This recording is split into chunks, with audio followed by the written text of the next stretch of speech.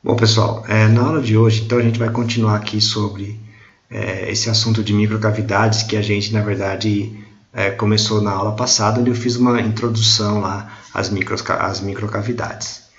Bom, então, na verdade, na aula passada, a gente viu que as frequências de ressonância, por exemplo, num caso de um ressonador do tipo Étalon de Fabry-Perot, né, dois espelhos paralelos, era basicamente o M vezes o C sobre 2D, tá bom? Então, na verdade, a gente via que aquelas ressonâncias, elas davam como se fosse numa frequência exata, muito precisa, sem nenhuma largura associada, ou seja, a ressonância acontecia exatamente naquela frequência lá que a gente chamou de NM, né, que era MC sobre 2D. Bom, pessoal, na verdade não é exatamente assim, né? Lá era uma situação bastante ideal. Quando a gente tem perdas do nosso ressonador, né, quando na verdade a gente tem uma cavidade e pode ter perda da nossa radiação, aquela condição de ressonância ela fica relaxada. Então ela deixa de acontecer exatamente naquela frequência NN e ela passa a ter uma certa largura, né, espectral, onde você tem uma ressonância máxima no centro dessa largura, né, e uma ressonância, e a ressonância fica um pouco menor quando você está um pouquinho afastado exatamente daquela condição de ressonância. Então vamos ver aqui. Então aquela mesma situação que eu já expliquei na aula passada, vamos pegar esse ponto P de partida, né? E aqui ele vai e volta, né? Eu só fiz esse desenho dessa forma para poder explicar, tá bom? Então a gente tem um campo inicial aqui que sai de P, ele vai, volta sobre ele mesmo, então da primeira volta, né? Só que eu estou desenhando desse jeito só para a gente poder conversar. Então depois aqui, ó, então ele reflete uma vez aqui nesse espelho, volta, reflete desse espelho, chegamos no mesmo ponto de entrada.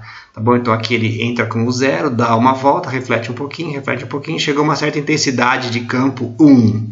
Aí ele dá uma outra volta, chega no U2 e assim sucessivamente, tá bom? Então esse U0 aí seria a magnitude inicial do nosso campo.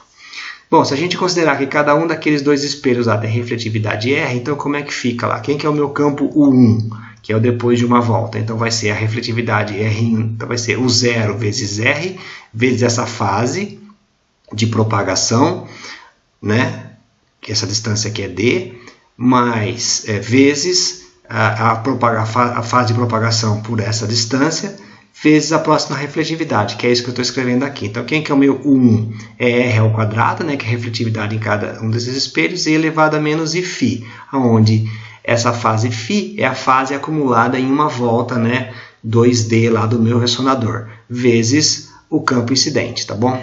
E quem que... Bom, só para facilitar aqui a minha vida, eu vou chamar esse coeficiente R ao quadrado, eu vou chamar de Rão, tá bom? Que é o que seria o coeficiente de reflexão dos dois espelhos, tá bom? Então, quem que é o meu U2? Bom, o meu U2 é a mesma coisa, só que aí você vai ter que, na verdade, vai ser Rão elevado a Φ ao quadrado vezes o zero, que você vai ter mais duas reflexões e mais uma outra propagação de fase Φ, né, porque deu mais uma volta lá no nosso ressonador. Para simplificar, a gente vai chamar esse termo aqui de H, tá bom? Então, H vai ser Rão elevado a menos Φ, tá bom? Isso aqui a gente vai chamar de um fator de atenuação por volta. E só lembrando, então, que essa nossa fase Φ aqui, que é a fase de propagação que a onda ganha numa volta, é K, né, que é o vetor de onda, K vezes 2D, onde D é o tamanho do meu ressonador. Bom, pelo princípio da superposição, o campo que a gente tem lá vai ser a soma, né, do U0 mais o 1, mais o 2, mais o 3, mais assim por diante, considerando todas as voltas ali que o meu campo tem no meu ressonador. Bom, mas eu posso escrever então o meu U0 é U0, o meu U1 é H vezes o 0, o meu U2 vai ser H ao quadrado vezes o 0 e assim por diante. Se a gente coloca o zero em evidência, dá uma PG aqui, né? 1 mais H ao quadrado, cuja soma, então, dá 1 sobre 1 menos H. Então, a gente encontra aqui que o nosso campo total, lá, devido ao princípio da superposição, vai ser dado por essa expressão. Bom, basta, então, agora a gente substituir esse valor H, voltando um slide, né, por essa expressão, R elevado é Rão vezes E elevado a menos Φ, tá bom? Que é isso que a gente faz aqui. Mas isso aí é o U, né, gente? A gente, em geral, não quer saber o campo. O U é o campo, mas eu quero saber a intensidade, né? Então, para calcular a intensidade, a gente faz o módulo ao quadrado do campo, que é dado aí pelo vetor de Poynting. Quem já fez ótica física já ouviu falar. Em geral, muitos professores lá desde Física 4 já falam isso daí, tá bom? mas talvez vocês vão aprender isso daí realmente só em eletromagnetismo, mas a intensidade de uma onda eletromagnética era dada pelo módulo ao quadrado do campo. Então eu pego essa minha expressão aqui e vou tirar o módulo ao quadrado disso, tá bom? Então vou fazer o módulo ao quadrado, vai estar módulo de 0, módulo daquela coisa que está no denominador, que é 1 menos h, só que eu estou substituindo aqui o valor de h, tá bom?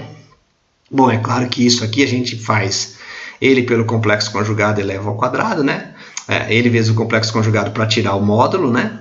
Ao quadrado. Então isso daqui vai dar exatamente isso daqui, ó, 1 mais r ao quadrado menos 2r cosseno de φ, tá bom?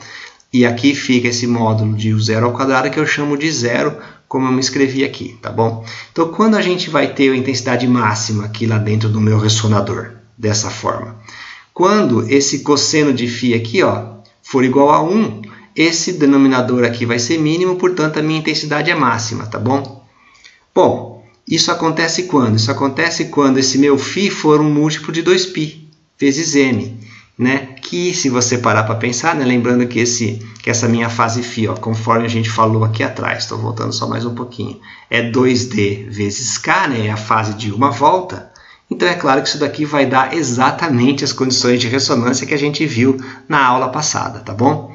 A gente vai voltar a falar sobre isso daqui a pouco, mas já ficou claro que, obviamente, essa expressão aqui, ela está me dando, ela vai ter os máximos dela exatamente nas situações em que a minha fase φ, que é o k vezes 2π, for igual a 2πm, que me dá exatamente, né, as condições de ressonância que a gente já sabia que tinha que dar. Tá bom? Só que nesse caso aqui, ó, a minha intensidade máxima agora, eu não estou olhando só para as condições de ressonância como eu fiz na aula passada, mas eu sei qual que é a intensidade máxima que eu tenho nessas condições de ressonância. Então, no caso aqui, vai dar I, né, sobre 1 mais R2, R ao quadrado menos 2R, que a gente pode escrever como um quadradinho perfeito, vai dar I0, 1 menos R ao quadrado. Então, isso aqui é o valor máximo de intensidade que a gente pode ter, tá bom? Bom, se você pegar essa expressãozinha aqui, tá bom? E fizer uma algebrinha nela aqui, usando relação do seno do ar com metade, né? A gente consegue escrever, essa é a mesma expressão que está escrita aqui, tá bom? Só manipulando um pouco ali a parte da trigonometria, né? Dessa parte trigonométrica aqui, você vai escrever isso como o I máximo, né? Que é esse cara que a gente acabou de escrever. 1 mais 2f sobre π ao quadrado, seno ao quadrado de φ sobre 2, tá bom, pessoal? Onde esse f esquisito que aparece aqui, ele é π raiz de r sobre 1 menos r, que é o que a gente chama de finesse do ressonador, tá bom? Então essa finesse do ressonador, como vocês estão vendo aqui, vai depender da refletividade dos espelhos, tá bom? Então se você tiver um espelho muito reflexivo, a finesse vai ser muito alta. Tá bom? Como você está vendo aqui, esse parâmetro finesse vai ser muito alto. Daqui a pouco a gente vai discutir o que acontece com essas ressonâncias aqui. Você percebe, né, que o maior valor que esse R pode assumir é 1, né, que seria a refletividade de 100%. Então, quando isso daqui dá 100%, né, isso daqui ou se aproxima de 1, né, isso daqui tende a 0 e a minha finesse fica muito alta. Então, a gente fala que a gente tem um ressonador de alta finesse, logo vai ficar claro por que isso aqui chama finesse, quanto maior for a refletividade, ou seja, quanto menores forem as perdas por reflexão no meu ressonador. Bom, então voltando, se a gente usar lá aqui o nosso φ, tá bom? Então essa expressão aqui, na verdade, é chamada de função de Airy, tá bom? Do meu ressonador. Do jeito que ela está escrita aqui, a minha função I é um I de φ, né? Então é o I que depende dessa minha fase φ aqui, né? Da fase de propagação φ, que é o tal do K vezes 2D, tá bom? Onde esse meu K, então, é o meu vetor de onda. Bom, muito bem. Se a gente usar agora que a nossa fase, então, é 2K vezes D, né? O K vezes 2D, e lembrando que o nosso K é 2π sobre lambda, então a gente pode escrever aquele φ da expressão anterior como sendo 4π ni d sobre C. Ou seja, a gente pode escrever a nossa expressão, ao invés de ser um I de φ, a gente pode escrever em termos de ni, tá bom? Ou seja, ela vai me dar aqui um I de ni. Então, eu só substituo na expressão anterior, aonde tem φ, eu substituo por essa expressão, 4π ni d sobre C. Tá bom? Para facilitar a nossa vida, né, como vocês estão vendo aqui, ó, o meu φ, ele é π ni, né? Aí tem aqui, tinha um meio, né? na expressão anterior, então a gente consegue escrever aqui em termos de NIF, tá bom? Já que NIF, que é o Free Spectral Range, né? É o FSR, isso aqui é C sobre 2D, tá bom? Que é exatamente o que vai aparecer aqui, dá um C, ó, sobre 2D, porque passa um 2 para baixo, né? Passa um D para baixo aqui, então isso daqui fica exatamente Ni sobre NIF vezes 2. Só que como tem um meio, né? Nessa expressão aqui tem um meio, então dá exatamente essa coisa aqui, π Ni sobre NIF, tá bom? Então essa daqui, na verdade, é a função de Airy também, só que me diz então qual que é os máximos, né? Em termos da frequência. Então você vai ter o máximo, né? Quando você tiver nos múltiplos aqui do C sobre 2D, tá bom? A gente vai ver isso daqui a pouquinho, tá bom? Então o I é máximo, né?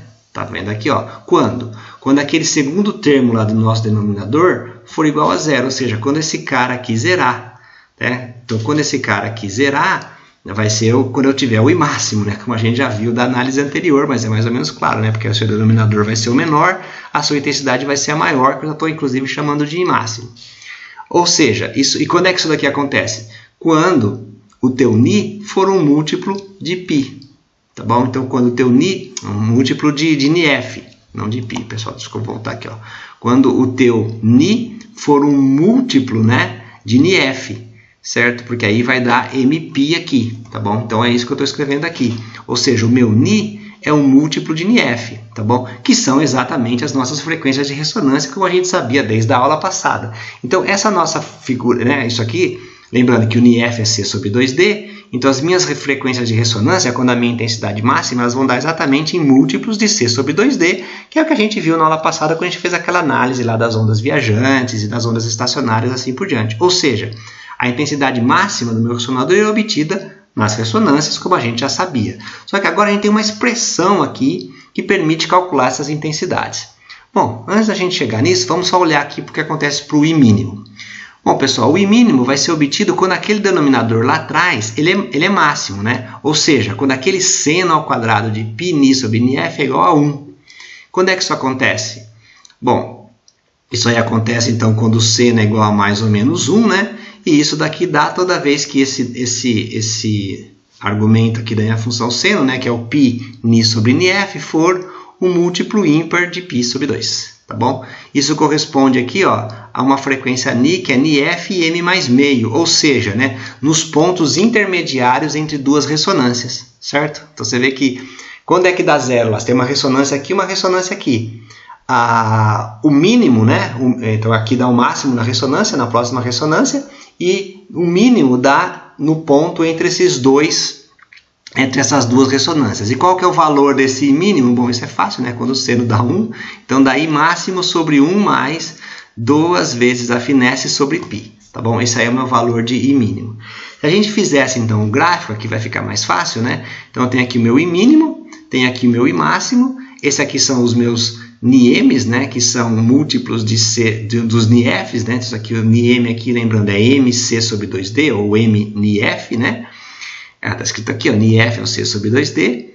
Então, aqui é o que a gente já tinha visto na aula passada, só que na aula passada, isso daqui era, a gente só desenhou um tracinho, né? Para dizer assim, ó, essa aqui são as posições espectrais da ressonância. Só que agora, aquela curva lá, que é a tal da função de Airy, ela me dá aqui uma certa largura, que vai dar mínima aqui no ponto médio entre duas ressonâncias, né? No meio de duas ressonâncias, mas ela tem uma certa largura aqui, ó, espectral, né, uma largura em frequência, que eu vou chamar aqui de deltinha Ni, tá bom? Se o F é grande, tá bom? Se a minha finesse é grande, quanto maior for o F, né, então, se o F é muito grande, se o F for muito maior do que 1, esses picos eles vão ficando cada vez mais estreitos, tá bom? E a razão aí entre o I mínimo e o I máximo é bem pequena, tá bom? O I mínimo tende a 0. Ou o I máximo fica muito grande. Tá bom? Lembrando, né, gente, que eu falei lá atrás quando a gente falou da finesse, que essa finesse ela é tão maior quanto menor for a perda do meu ressonador. Ou seja, quanto maior for a refletividade do meu ressonador. Quanto mais próximo de 1 for o meu R, maior vai ser a finesse. Quanto maior for a finesse, mais fino, né? Mais estreito vai ficar esse meu pico, ou seja, mais preciso vai ser a condição de ressonância, porque agora o que acontece? Se eu estiver exatamente nessa frequência, eu estou no máximo de ressonância, certo? Se esse pico for mais largo espectralmente, né? Então quer dizer que mesmo que eu estiver um pouquinho afastado da minha ressonância, eu ainda tenho aqui uma certa intensidade máxima legal. Então ele não é tão preciso. Eu tenho um ressonador que ele não é tão preciso espectralmente falando, né? Então quanto mais largo for esse pico, menos preciso espectralmente é o meu ressonador, se você quiser usar ele para fazer um filtro de frequência, alguma coisa do tipo. Bom, então vamos pegar um desses picos aqui, tá bom? Vamos pegar um desses picos aqui e tentar calcular então essa largura ΔΝ, que é isso que eu vou fazer aqui. Bom, para calcular a largura desse tipo de curva, a gente tem que definir um certo parâmetro. A gente vai fazer o parâmetro que a gente chama de FWHM, tá bom? Que vem do inglês Full Width at Half Maximum. Ou seja, é largura total, né, a meia altura, half maximum, tá bom? Meia altura aqui. Então é a largura total a meia altura, porque tem outros padrões, tá bom? Pode ser uma outra coisa, mas o que a mais padrão é essa daqui. Então o que a gente faz? Eu vou vir aqui. Aqui é o meu I máximo, pego a meia altura, calculo quem que é o meu Ni', tá bom? Quem que é o meu ΔΝ aqui, ó? O meu ΔΝ esse aqui é o meu Nm, né, o do centro. Então quem que é o meu ΔΝ? O meu ΔΝ, que é a largura total, né, porque é full width, então é o que? É 2 Ni' menos Nm, tá bom? Então, ou seja, meia largura, né, que é ΔΝzinho sobre 2, é Ni' menos o Nm, que é o Ni da ressonância. Fechou? Essa é só a combinação de quem que a gente está calculando. Então, a gente está calculando esse ΔΝ, que é a largura da minha ressonância. Como é que eu faço isso? Eu pego a minha função de Airy, calculo aqui qual é o valor de Ni' para qual ela vai me dar o I máximo sobre 2. Então eu escrevo I máximo sobre 2 é igual a minha função de Airy substituindo Ni por Ni', tá bom? É isso que a gente vai fazer. Manipula aqui um pouco a algebrinha, né? Passa esse cara lá para cima, passa esse 2 também para o outro lado, então dá essa expressão. Daqui eu isolo o meu seno ao quadrado, tiro a raiz, e aí eu encontro então que o meu seno de π Ni' sobre Nf é igual a mais ou menos π sobre 2f, duas vezes a finesse, tá bom? Para consideração aqui, ó, em que esse seno de θ é aproximadamente igual a θ, ou seja, né, que é na condição em que o Nf é muito maior do que Ni', o que é verdade, né, gente? Para a maior parte desses ressonadores, em geral, eles são bons, tá bom? Então, a distância entre dois picos, né, ou seja, o Free Spectral Range, o Nf, em geral, é muito maior do que esse Ni' aqui, que é a largura meia altura. Então, isso daqui, em geral, é verdade. Então, a gente pode aproximar esse seno de θ por θ, tá bom? Então, a gente pode aproximar seno de π Ni' sobre Nf por π Ni' sobre Nf, tá bom? É isso que a gente está fazendo aqui. Então, ao fazer isso agora, só escrevi a mesma conta aqui de novo, tá? A conta anterior só para me ajudar.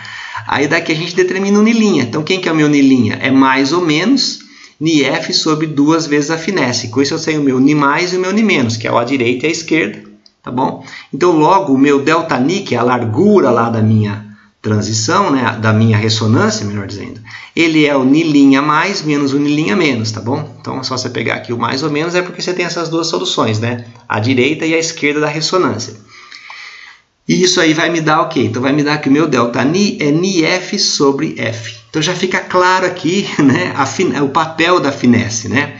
Quanto maior for a finesse, mais estreito é a minha largura do meu ressonador, percebe? Então, quanto maior a finesse, significa que é quanto menor a perda. Então, quanto maior a refletividade, né, como a gente viu lá atrás, a finesse está ligada à refletividade, quanto maior a refletividade, quanto maior a refletividade, menor a perda e maior a minha finesse, tá bom? Então, é isso que está acontecendo aqui. Então, por isso que chama finesse, né, porque é quanto mais fino, né, é o meu ΔΝ aqui, tá bom? Então aqui eu já acabei de falar, então o meu ΔΝ é Nf, né, que é o Ni do Free Spectral Range, que é o C sobre 2D, dividido pela finesse, tá bom? E essa expressão, pessoal, ela é válida só para quando a finesse é alta, tá bom?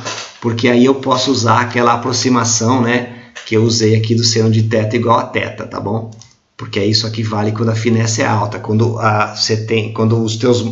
essa curva aqui ela não é uma curva muito larga, tá bom? Então a diferença entre dois picos é muito maior do que aquele delta Ni', tá bom? Então voltando aqui.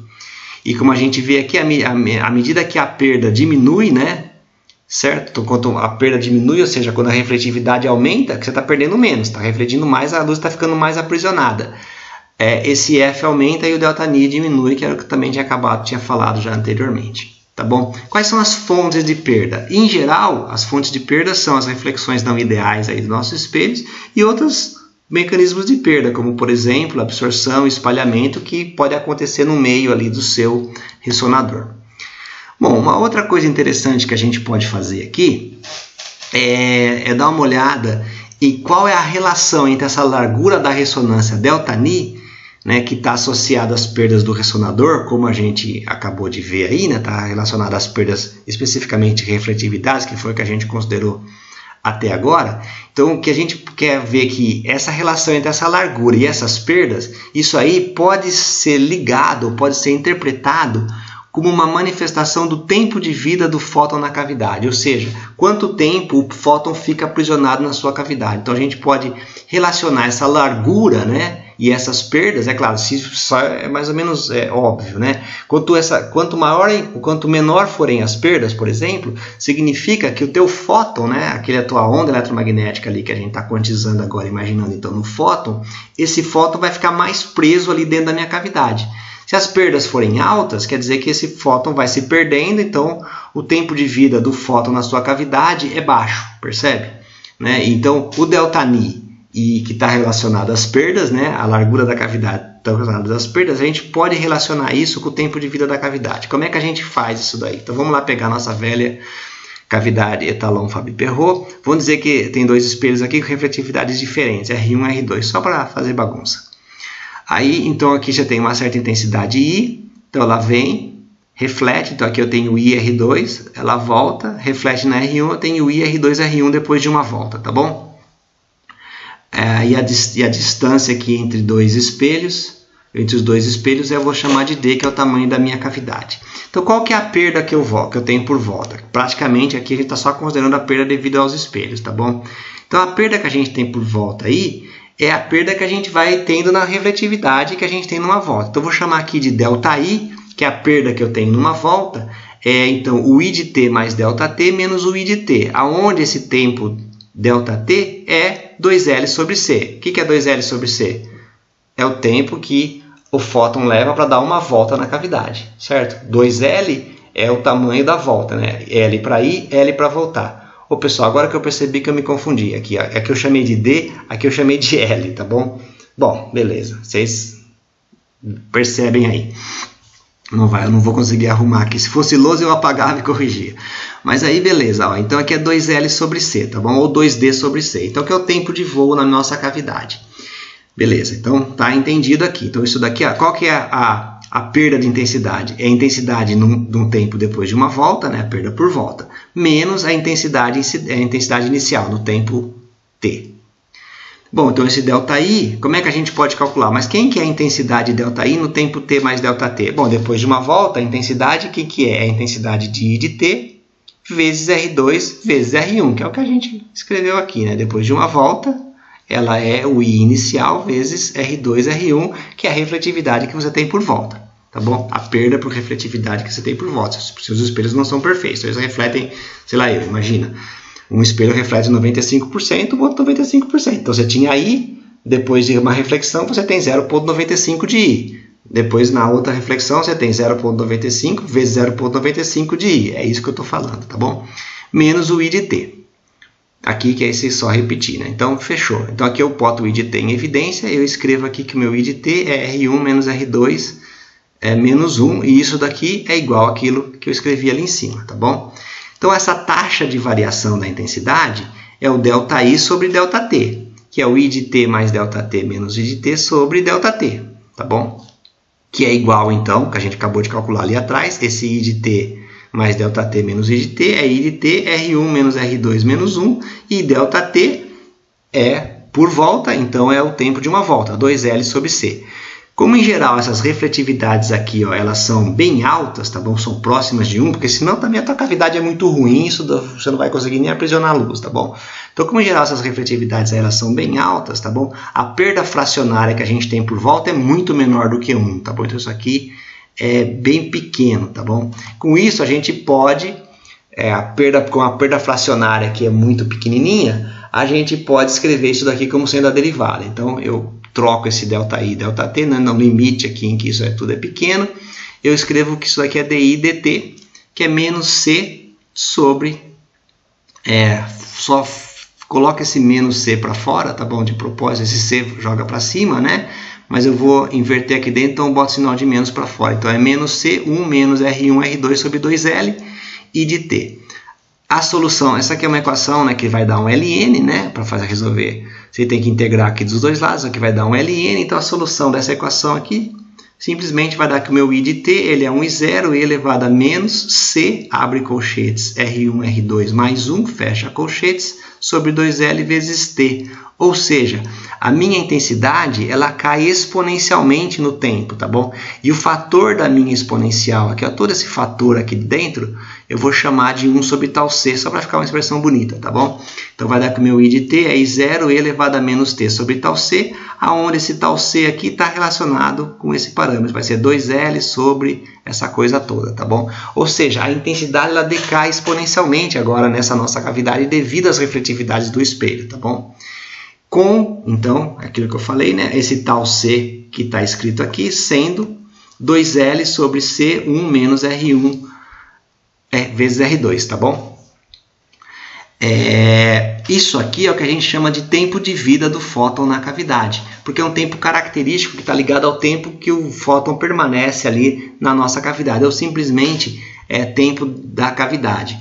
Muitas vezes você, na verdade, mede esse tempo, né? Você consegue medir o decaimento lá da tua intensidade de uma cavidade, e medindo esse tempo você consegue, na verdade, usar isso para determinar qual que é a refletividade da sua cavidade, tá bom? Então você mede a queda da intensidade, ajusta esse tempo tal C aqui e determina uma refletividade média aí da sua cavidade.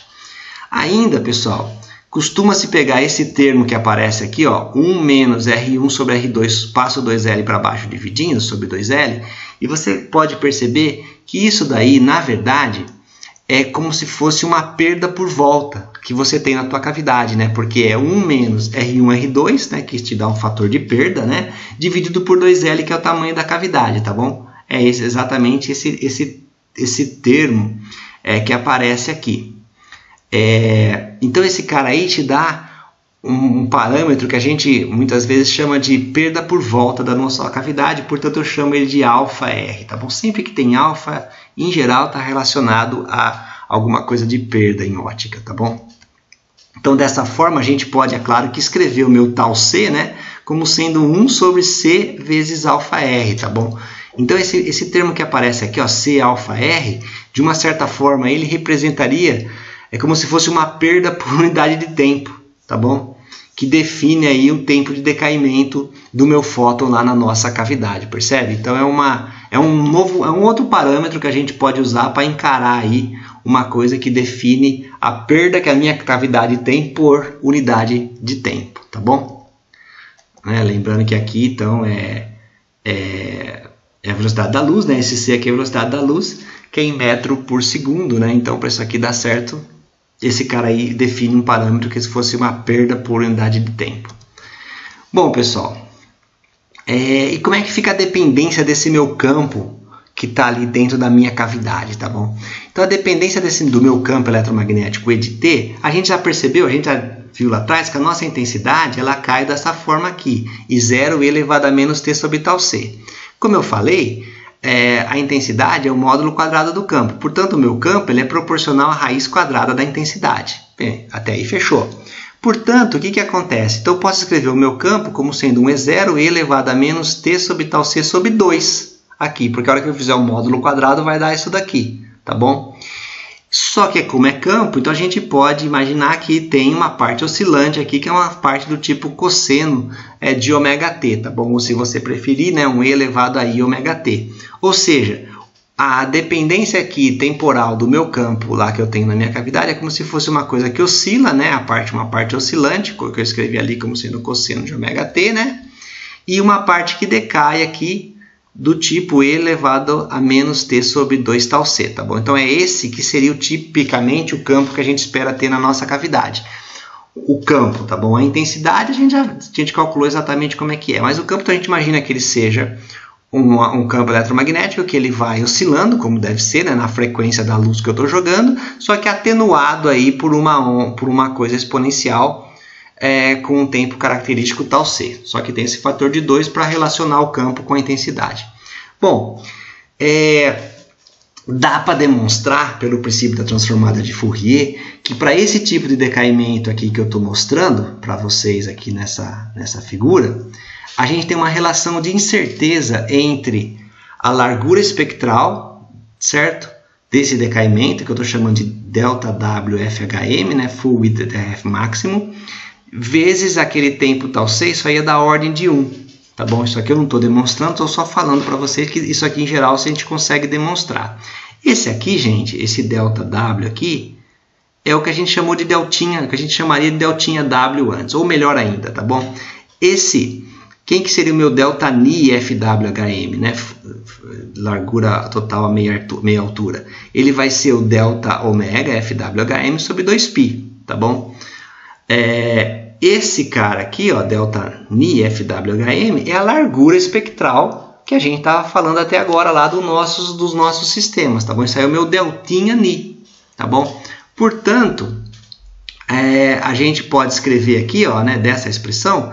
Usando essa expressão e essa expressão aqui, a gente pode escrever que o nosso tal C é 1 sobre delta ômega, que, portanto, vai ser 1 sobre 2π delta Ni. Ou seja, o meu delta Ni, né, que é a minha largura da minha ressonância lá, ele é ligado, né, com o inverso do tempo de vida da nossa cavidade, tá bom? Então, vou só reescrever aqui, ó. Então, o meu delta Nizinho, né, que eu chamei lá atrás, só para manter a notação, depois eu acerto a notação aqui, ó, que eu chamei lá atrás de deltinha Ni, tá bom?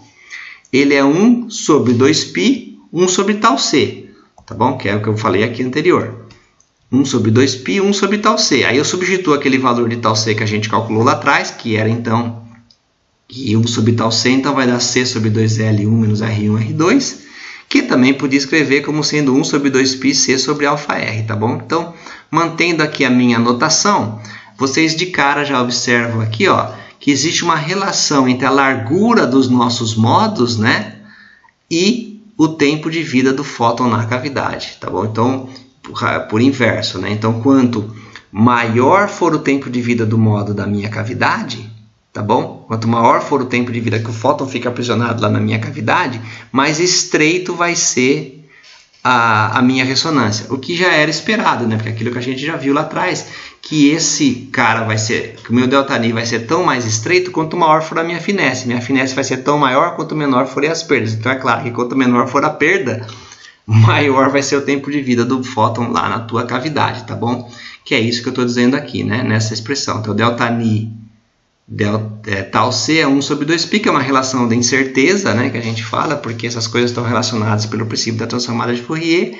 Então, a gente pode dizer aí que, de uma certa forma, o alargamento aqui, ó, dessa ressonância, né, das nossas ressonâncias, é uma consequência aí do decaimento da energia óptica que a gente tem aprisionada na cavidade com esse determinado tempo aqui, que é o tempo de vida, né? Então, o alargamento é uma consequência desse decaimento da energia do fóton dentro da cavidade, que está ligado, obviamente, às perdas. O decaimento dessa energia do fóton está ligado às perdas da nossa cavidade, tá bom? Então, é uma outra maneira da gente ver essas coisas.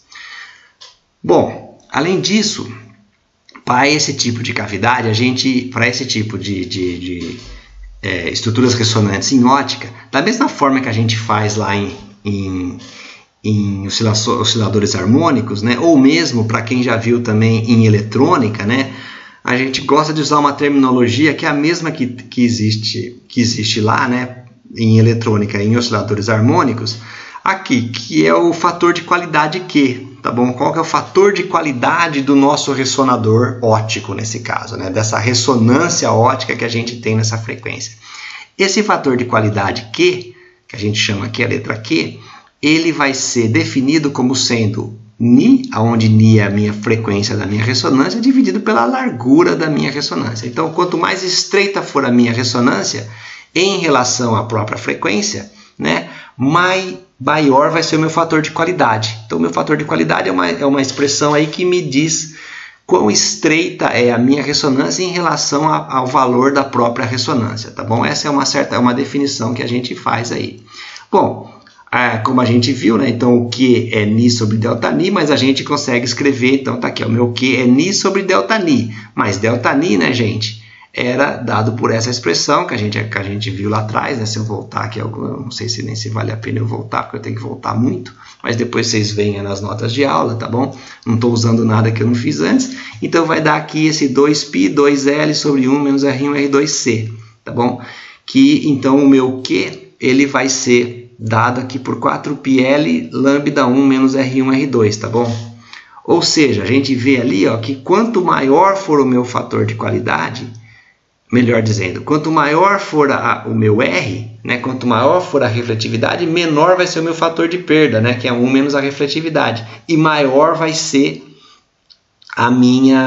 o meu fator de qualidade. Além disso, ó, vocês veem aqui que quanto maior for a minha cavidade, né, quanto maior for o L, também maior vai ser o meu fator de qualidade, que é uma coisa que a gente às vezes faz em microressonadores também para aumentar o fator de qualidade. Você faz um microressonador de 60 microns, 100 microns, eles têm fator de qualidade maior, eles têm finesse maior, tá bom? Bom, finalmente, né, pessoal, uma outra coisa que a gente pode fazer é a mesma coisa, né, escrever o meu Q como sendo Ni sobre ΔNi, tá bom? Aí aqui eu fui mais feliz, eu escrevi a expressão, né? Então Ni sobre quem que era o nosso ΔNi? A gente escreveu isso lá atrás como sendo 1 sobre 2π tal C. Tá bom? Portanto, o meu fator de qualidade Q pode ser escrito como sendo 2π Ni sobre tal C. Ou seja, aqui já fica evidente, né? Quanto maior for o tempo de vida do fóton na nossa cavidade, maior vai ser o fator de qualidade. Tá bom? Então, ou seja, mais voltas o fóton vai dar na nossa cavidade. Então, quanto maior o tempo de vida da cavidade, ou o tempo da cavidade, ou o tempo do fóton da cavidade, maior é o meu fator de qualidade, ou vice-versa, né? Quanto maior é o fator da qualidade, significa que o fóton ele ficou mais tempo aprisionado lá na nossa cavidade. Bom, isso aí é uma maneira, né? Eu meio que defini ali, dei uma definição que era o Ni sobre ΔNi para o nosso fator de qualidade Q. Então, eu vou estar chamando aqui de revisitando o fator de qualidade, que é mais ou menos o seguinte: uma outra forma da gente definir o fator de qualidade é chamar esse fator de qualidade como sendo 2π, a razão entre a energia armazenada no nosso ressonador pela energia perdida por ciclo do nosso ressonador, tá bom? Beleza. Como a gente viu lá atrás, né, logo que a gente estava falando lá sobre as nossas cavidades, calculando lá a perda por volta que a gente tinha na nossa cavidade, aquela nossa energia armazenada, ela acaba sendo perdida numa taxa que era C vezes αR, né? Que era aquele nosso fator de perda por volta, tá bom? Isso é um fator, é um Cαr, que seria a perda por unidade de tempo, como eu comentei lá atrás, tá bom? Portanto, num ciclo óptico, o que é um ciclo óptico? É o período óptico, né? Que é o inverso da frequência óptica. A nossa energia armazenada, se eu tiver uma energia armazenada, o zero, ela vai ser perdida numa taxa, qual é a taxa? Cαr, né? Que é quanto se perde por unidade de tempo, vezes o tempo do ciclo óptico, tá bom? Então, a energia armazenada, né, ela é perdida. Então, num ciclo óptico, ela é perdida numa taxa que vai ser Cαr sobre N0, por ciclo, tá bom? Por ciclo é por período ali da minha luz, tá bom? Então, como é que fica o meu fator de qualidade Q? Eu fiz aqui no cantinho, mas ele vai dar o seguinte. Então, era 2π, a energia armazenada, supondo que eu tenho uma energia armazenada, o zero, tá bom? E embaixo é a energia perdida por ciclo. Quem que é a energia perdida por ciclo? É a energia armazenada, o zero, vezes aquele fator que eu acabei de calcular aqui, é Cαr sobre N0. Tá bom? Cαr sobre N0. Esse cara corta com esse, né? Esse N0 passa lá para cima. Então, o meu Q vai ser 2π N0 sobre Cαr, tá bom? Essa é uma outra maneira da gente ver.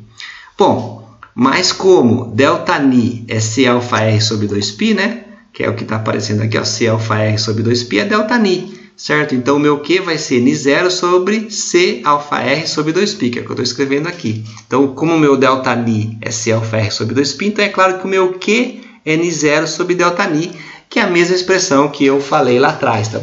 Só de uma outra abordagem a gente chega exatamente no mesmo valor, na mesma coisa, tá bom? Só usando essa brincadeira de calcular a energia armazenada pela energia perdida por ciclo, tá bom? É uma outra interpretação para o teu fator de qualidade Q, tá bom? Novamente, né? Se você agora lembrar, a partir daquela expressão que a gente escreveu ali atrás, que o nosso Q é 2π Ni0 C sobre alfa R, lembrando, né?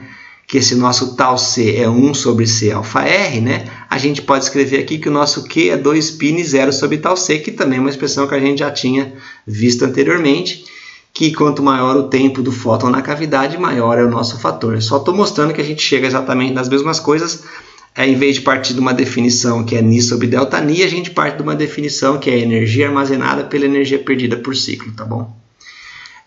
Ainda a gente pode continuar essa analogia e fazer o seguinte, continuar nessas contas aqui e fazer o seguinte, né? Que a gente pode relacionar o nosso fator de qualidade com a finesse, tá bom? Como que a gente faz isso? Bom, o meu Q é Ni sobre delta Ni, agora a gente já viu que tem duas maneiras de fazer isso, mas a gente viu antes também que aquele delta Ni era NiF sobre F, tá bom? Esse delta Ni era NiF sobre F, portanto a gente pode escrever o nosso Q como sendo, substituindo esse delta Ni aqui nessa expressão, vai dar que o meu Q é Ni0 sobre NiF vezes F. Ou seja, quanto maior for a finesse, maior vai ser o nosso fator de qualidade.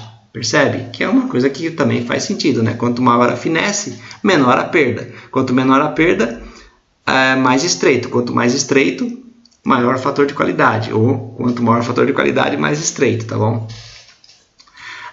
Uma outra abordagem que a gente tem aí, que eu estou chamando aqui de revisitando a finesse, né, que a gente já tem conversado sobre ela bastante aqui nessa aula, que é uma maneira mais prática da gente ver essa finesse, que na verdade, vai ser como se fosse um parâmetro que representa aí a largura do modo em comparação com o espaçamento entre os modos. Então, a nossa finesse seria o espaçamento dividido pela largura. Então, uma relação entre largura dos modos e espaçamento, tá bom?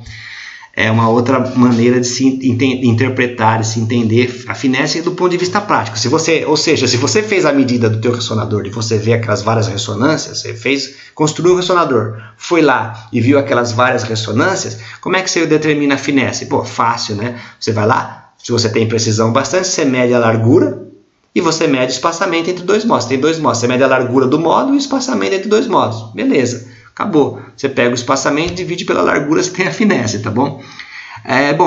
Então, se a gente fizer isso daqui, usando essa definição prática aqui da finesse, o que ela vai ser? É C sobre 2D sobre delta Ni, tá bom? C sobre 2D, que é o Free Spectral Range, né? Que é o tal do NiF, sobre delta Ni, tá bom?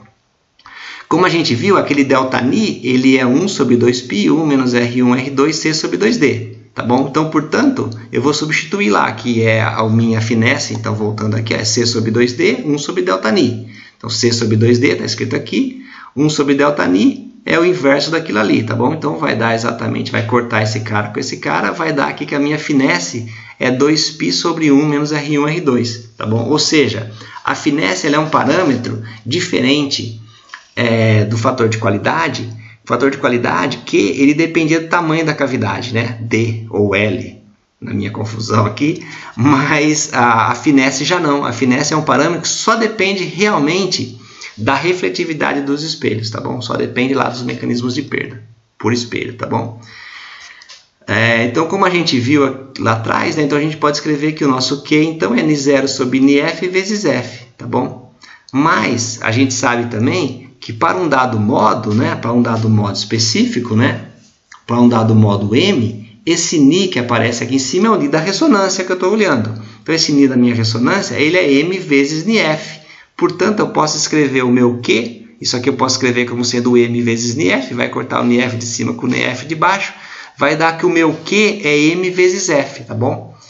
Ou seja, pessoal, na verdade, o Q, o F ou o delta Ni são maneiras equivalentes aí da gente descrever a largura espectral do modo, tá bom?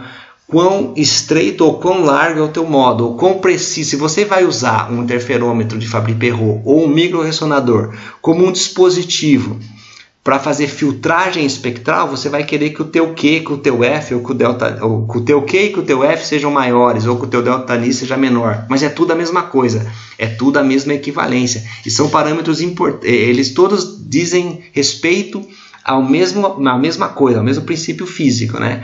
Que é maiores as perdas, pior o teu ressonador. Melhores, quanto menor perda, né? Quanto melhores as perdas, quanto menos perdas você tiver, maior vai ter a sua finesse, maior vai ter o seu fator de qualidade, e isso implica, obviamente, que mais estreito vai ser o seu ressonador. Ou seja, se você não tiver exatamente na frequência de ressonância, aquele modo não vai sobreviver não vai sobreviver no seu ressonador, ele vai ser eliminado, vai dar interferência destrutiva e ele vai ser eliminado lá no teu ressonador. E esses são todos parâmetros que são muito importantes para a gente caracterizar o nosso ressonador, né? Quanto maior o fator de qualidade, significa que a luz fica aprisionada mais tempo ali dentro do nosso ressonador, então você consegue fazer mais operações com essa luz, seja para fazer dispositivos, seja para usar isso para fazer experimentos aí em ótica, tá bom? Bom, pessoal, então o que eu queria falar para vocês sobre microcavidades era isso, né? Então, apresentar para vocês essas microcavidades e apresentar esses parâmetros, né? Que aí seriam o delta Ni, o QI e a finesse, que são os parâmetros mais importantes, o Free Spectral Range também, o NIF, né? Que é o C sobre 2D, no caso do ressonador de etalon de Fabry-Perot, pra gente, que são parâmetros importantes para caracterizar esses ressonadores aí, que são coisas muito relevantes